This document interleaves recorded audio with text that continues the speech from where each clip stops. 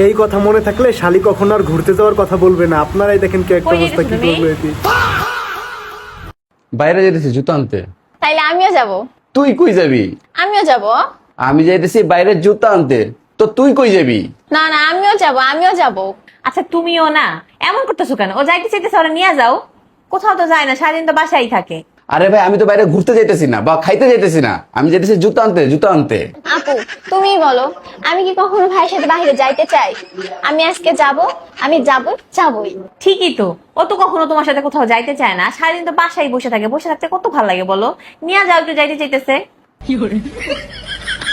ঠিক আছে চল। আচ্ছা ঠিক আছে, তুমি 2 মিনিট দাঁড়া, আমি এখনই রেডি হয়ে আসতেছি। চলো আমি রেডি। চল।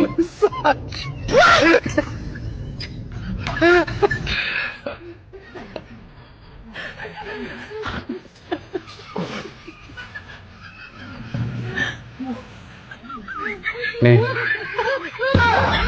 ধর ধর, ভিতরে যা, চল।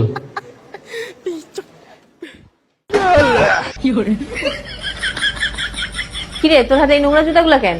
এই জুতা জোড়াই আমি আনতে যাচ্ছিলাম, যেটা জুতার বক্সে ছিল। অনেকদিন ধরে পড়ছি, ভাবলাম একটু ওয়াশ করবো, এই জন্য আমি জুতা জোড়া আনতে যাচ্ছিলাম। আর তোমরা কি করতেছো? আমি যাব, আমি যাব, আমি যাব, নিয়ে গেছি তো, আবার চলেও আসছি। ঠিক আছে না? তা তুমি আগে বলবা না? মানে মানুষ কথা গলার মধ্যে আটকায় রাখে কেন? ক্লিয়ারলি বলতে পারো না যে আমি দরজার বাইরে যেতেছি জুতা আনতে। আর তুই হয়তো আদা গ্লিপনা করিস কেন? হ্যাঁ, সবসময় বাইরে যাওয়ার জন্য। যা এখন।